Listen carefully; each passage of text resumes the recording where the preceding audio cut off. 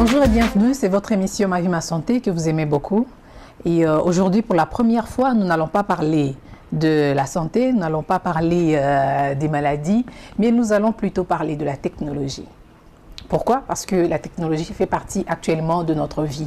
Et vous comprenez, ma vie, ma santé. Nous allons parler de la technologie dans nos vies. Je reçois aujourd'hui un monsieur talentueux. C'est les gens des talents que vous ne trouvez que vous rencontrez pas tous les jours, que vous ne trouvez pas partout. Et nous allons le découvrir et il va nous parler de ce qu'il fait et de ce qu'il a déjà accompli et des conseils aussi parce que nous avons des appareils, nous avons des télévisions, nous avons presque tout dans nos maisons, dans nos bureaux. Mais aujourd'hui, il va nous expliquer une partie de la technologie. Bonjour JP. Bonjour Dali. En fait, JP, c'est Jean-Pierre. Jean-Pierre, oui. Comment vous allez? Très bien, merci. Alors, qui est Jean-Pierre? Jean-Pierre, c'est... Je suis né d'une famille de 8 personnes. J'ai 3 grandes sœurs et 3 petits frères et j'ai un grand frère aîné. Donc, je suis 5e de la famille Poutou. Voilà. C'est Jean-Pierre Poutou que nous recevons aujourd'hui. Vous venez de le découvrir. Et vous êtes célibataire, marié? Non, je suis marié. Je suis marié à Una Wantwadi et on a 2 petits beaux enfants. Voilà. Ok. Alors, qu'est-ce que vous faites exactement? Ce qui nous a intéressés, c'était que vous aimez beaucoup, vous aimez énormément la technologie. Oui. En fait, c'est depuis quand que vous aimez la technologie? Ben, ça veut dire depuis que mon temps d'enfance. Donc, quand j'étais petit, souvent quand on avait des problèmes de la télévision, par exemple une radio qui était en panne, et quand mon père faisait venir des techniciens à la maison, et j'étais le seul enfant qui restait là, regarder. Rester là avec des techniciens. Les techniciens regardaient. Ouais. Je regardais, j'observais, je posais des questions. Je devais avoir, je crois, 7-8 ans. Ouais. Dans cet âge-là, déjà, je m'intéressais à ça, quoi. Ça me passionnait. Et après, bon, quand j'ai fait mes études primaires, je suis allé en Europe. Et c'est là que j'ai pu faire la technologie là-bas en Europe, quoi. Ouais. Qu'est-ce qu'il y a de passionnant dans cette histoire? Bon, je crois qu'il faut les sentir en soi. Il faut plus... il faut aimer. Il faut aimer pour bien le faire. Il faut aimer. Donc, je peux aussi dire que quand je suis arrivé aux États-Unis, j'ai eu l'opportunité de travailler chez IBM. Alors, c'est vraiment là que j'ai beaucoup appris sur les ordinateurs. J'ai pris des cours là-bas et voilà, j'ai été bien formé. Et c'est là vraiment, je me suis bien vraiment développé sur le plan comment monter un ordinateur, comment réparer un ordinateur. Et je me rappelle avoir monté mon premier ordinateur en 2000, l'an 2000. Ouais. Et combien de temps ça vous prend pour monter un ordinateur? Bon, waouh. Si j'ai tous les éléments, 4 heures. 4 heures pour faire les montages, les essais et comment dire encore, après avoir fait les essais, il faut faire les tests. Quand on fait les tests et faire la configuration. Et tout ça, ça peut prendre 4 heures, plus ou moins. 4 heures. Que ce soit un produit fini. Et votre passe-temps, vous passez votre temps à monter, démonter les ordinateurs ou quoi? Bon, je veux dire ici à la maison ou bien comment? Quand vous êtes à la maison, vous n'avez rien à faire? Bon, quand j'ai rien à faire, souvent je me crée des pannes. Ouais, je me crée des pannes. Il faut m'occuper. J'essaie d'enlever une pièce pour voir ce que ça va donner. Bien d'ajouter quelque chose, voir ce que ça va donner. Alors, si ça me donne une erreur, bon, je sais maintenant pourquoi ça me donne une erreur, parce que j'ai ajouté ça.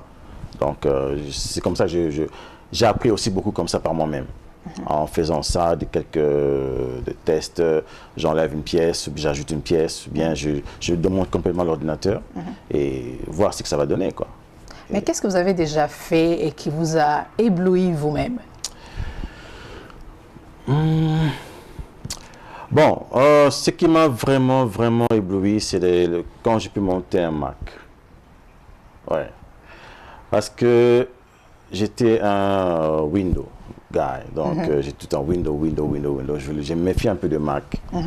Mais quand j'ai eu l'opportunité de travailler chez Canon, parce que ils travaillent sur les appareils photo. Ouais. Les appareils photo, ils travaillent sur les Mac. Alors, j'avais eu l'occasion de toucher au Mac. Et c'est là qui m'a initié à s'intéresser à Mac. Mais le problème est que je ne pouvais pas s'offrir un Mac parce que c'était trop cher. Alors, j'ai dit, pourquoi pas monter le mien? Alors, j'ai fait des recherches. Il y a un site intéressant que bon, je peux recommander ça aux gens. C'est Tony Mac X86, donc X86. Donc, c'est un website, c'est pour le Hackintosh. Donc, tous ceux qui veulent savoir avoir les informations bien détaillées, comment monter un Mac, comment avoir tous les éléments nécessaires pour monter un Mac, les pièces, tout ça, il faut aller dans cette website. C'est très intéressant. Donc, vous allez apprendre beaucoup là-dedans. C'est là que j'ai puisé toutes les ressources. Là, peut-être certaines personnes qui nous suivent ne pourront pas comprendre exactement. Vous venez de Windows, Mac. C'est quoi exactement? Bon. Est-ce que votre ordinateur ressemble à un Mac ou bien ce sont des programmes qui sont à l'intérieur qui sont les programmes de Mac? Non, l'ordinateur lui-même, ce n'est pas un Mac. Okay. C'est juste un ordinateur qui était conçu pour un Windows, mais avec des modifications. Il faut faire des modifications dedans. Parce que ce n'est pas seulement tu prends un appareil, tu mets un opération système de Mac, ça marche. Non. Il y a comment dire, de pièces qui est nécessaire, recommandées pour Mac. Okay. Tu peux utiliser. Et que si tu utilises ça sur Windows, ça ne marchera pas. Donc, il faut des pièces vraiment qu'il faut. Alors, là, il faut faire des recherches sur ça. Et ensuite, là, on comprend que c'est très difficile. Oui. C'est pas... En fait, monter un Mac et un Windows, c'est pas la même chose. Windows, c'est facile. Windows, tu peux juste acheter ça et ça, tu mets ensemble, tu montes, ça part. C'est facile. Mais un Mac, il faut bien choisir parce que... Et c'est même pas garanti que ça va marcher. Donc, il faut vraiment être patient, être vraiment expérimenté pour que ça puisse donner un bon résultat, quoi. Ouais. Donc là, maintenant, vous avez un Mac chez vous, monté par vous-même. J'ai un Mac, ça fait quoi? Presque 6 mois maintenant. Waouh! 6 mois, je l'utilise tous les jours. Ça marche très bien. Pour moi, je peux même dire que c'est, disons, un Hackintosh, c'est bien. Les avantages de ça est que c'est moins cher, c'est plus performant. Mais les inconvénients, que tu n'as pas le support de Mac. Donc, si tu as un problème, il faut être assez habile, bien talentueux pour s'en occuper soi-même. C'est ça l'inconvénient d'un Hackintosh. Bon, pour moi, c'est pas un problème pour moi. Oui, parce que tu sais créer des pannes, c'est normal. Ouais. Pour moi, c'est pas un problème, donc j'ai ça au bout du doigt, c'est pas un problème. Donc, bon. Mais quand vous étiez en train de le monter, est-ce que vous étiez sûr que ça allait marcher? Bon, j'étais pas sûr à 100% parce que normalement, les pièces que vous avez, en fait, ce sont des pièces qui ne sont pas conçues pour un Mac, c'est pour un Windows. On va juste le modifier un peu pour que ça soit compatible à l'opération système de Mac, pour que ça puisse fonctionner avec Mac. Donc, ce n'est pas que vous le montez, c'est garanti à 100%, ça va marcher. C'est pour ça qu'il faut faire des tests, faire des recherches, parce que tu peux monter un Mac, le son ne marche pas, il n'y a pas de vidéo, bien, vous n'avez pas l'Internet dessus. Donc, pour que tout l'ensemble marche comme un Mac, il faut faire des recherches, il faut vraiment bien choisir ces pièces, quoi. Et le jour où vous avez découvert que, waouh, tout marche exactement comme je le voulais. Le jour où j'ai découvert que, bon, j'étais content, très content, et je n'en revenais pas, que j'avais un Mac.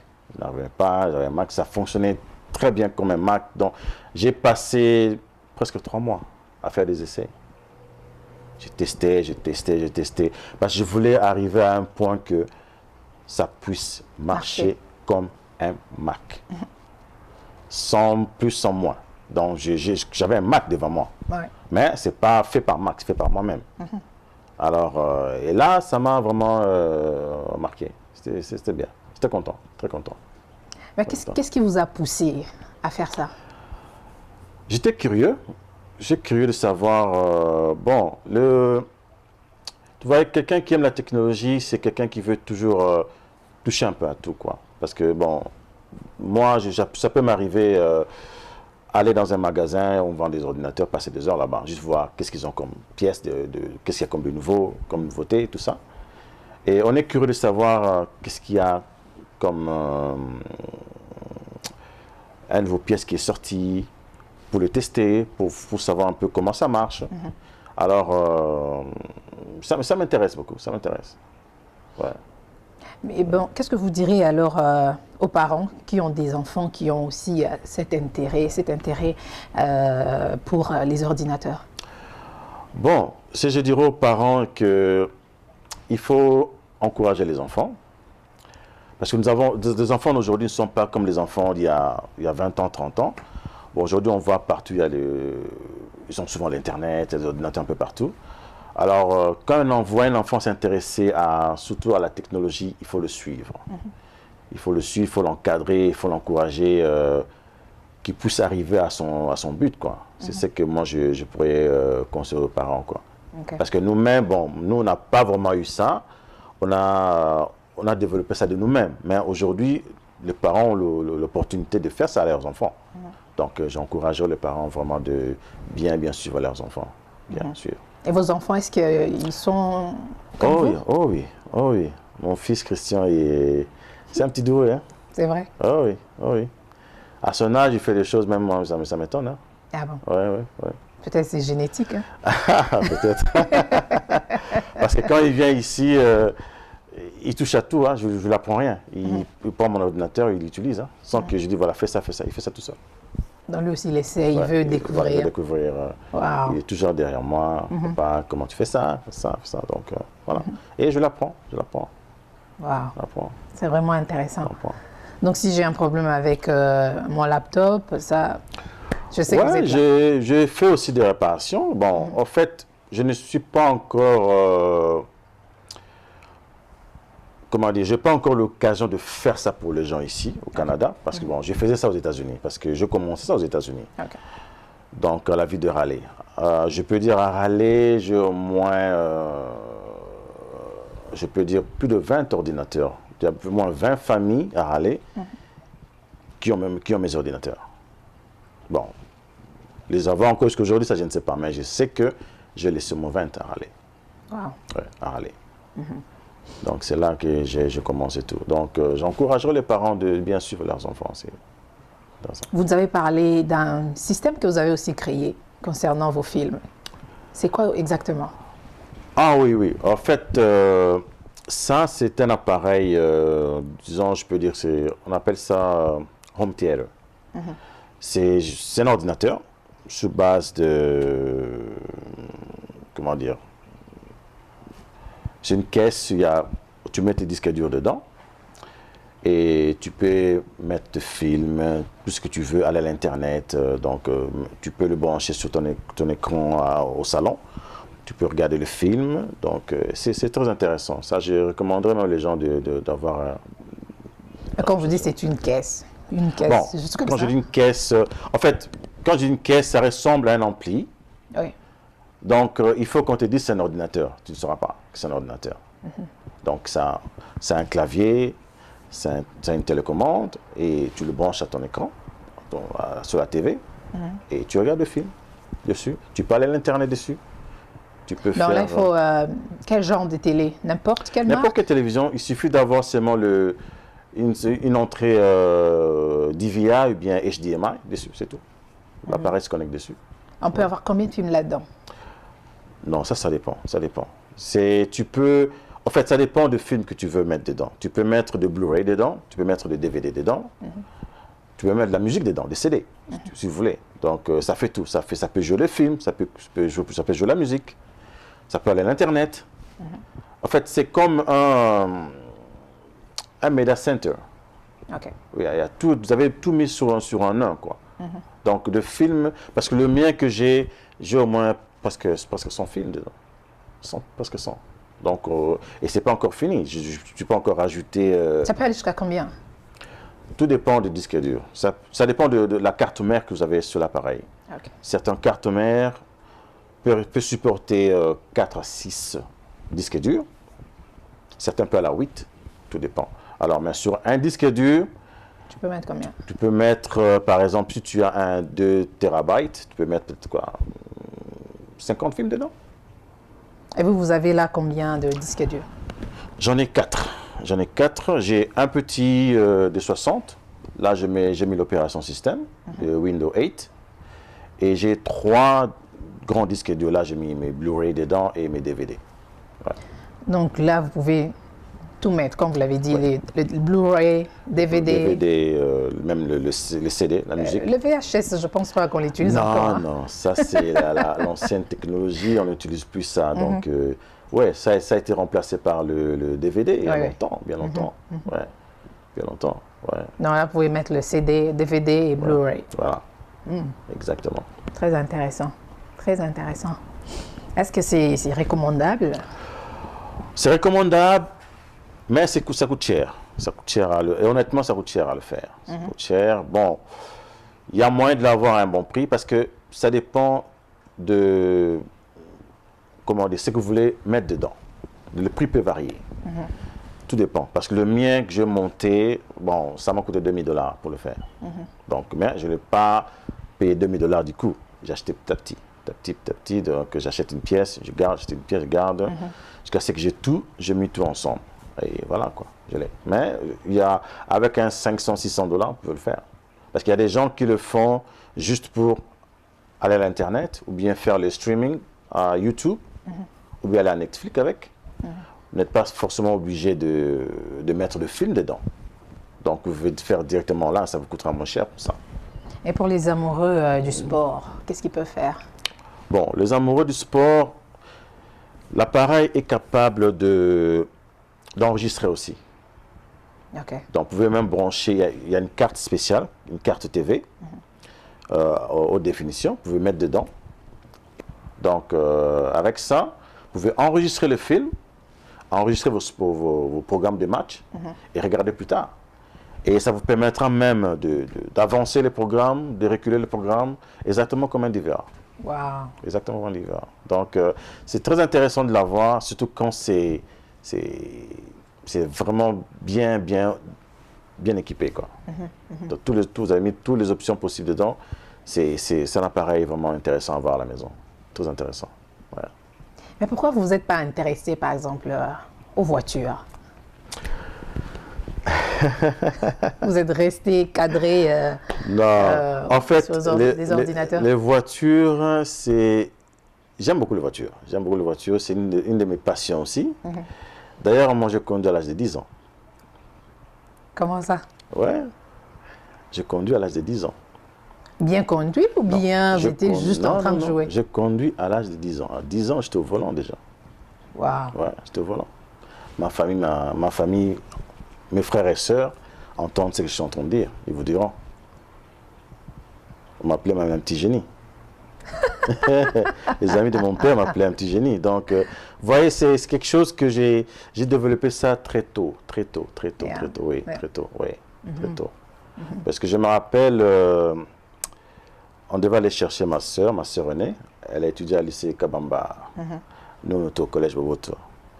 Et notre chauffeur venait nous prendre en voiture. Il pleuvait tellement. Et quand nous sommes arrivés près du lycée, là où ma sœur a étudié, il a fait une crise, il a eu une crampe. Oh. Alors, il ne pouvait plus conduire. Bon, alors, j'étais obligé de prendre le volant. Alors, j'avais 10 ans. J'ai pris le volant. On est allé chercher ma sœur à l'école. Et vous êtes rentré à la maison? Rentré à la maison. C'est moi qui conduisais. Vous êtes arrivé sain et sauf? Sain et sauf. Mon Dieu. Ouais, sain et sauf. Yeah. Quels sont vos rêves alors? Mon rêve, c'est... Bon, j'ai toujours rêvé de travailler chez Microsoft. Toujours. J'espère un jour réaliser ça. Ça, c'est mon plus grand rêve, travailler pour Microsoft. Je sais que là-dedans, je ferai beaucoup. Ouais. Tu vas découvrir aussi beaucoup. Ouais. Je vais découvrir beaucoup. Je vais donner aussi ce que moi je sais. Beaucoup. Ouais. Est-ce que vous avez l'intention d'aller, par exemple, à l'université, apprendre encore bien? Oh oui, bien sûr. Ce que vous avez, ça bien suffit. sûr. Non. En technologie, c'est toujours pas suffisant. Hein. tout change le jour au jour. Hein. Ouais, la technologie avance à une vitesse incroyable. Donc, c'est toujours mieux de rester sur la page, d'apprendre à apprendre. Non, bien sûr, bien sûr. Pourquoi pas, bien sûr. Il y a beaucoup de spécialités, il faut faire. Hein. J'aimerais bien faire le networking, par exemple. OK. Ouais. Donc, chers amis, si vous entendez quelque part qu'il y a chez Microsoft, on cherche quelqu'un, on veut embaucher. Donc, monsieur J.P. Poutou est là, disponible. Vous pouvez même réaliser son rêve. Alors, on va bientôt se séparer. Oui. Et un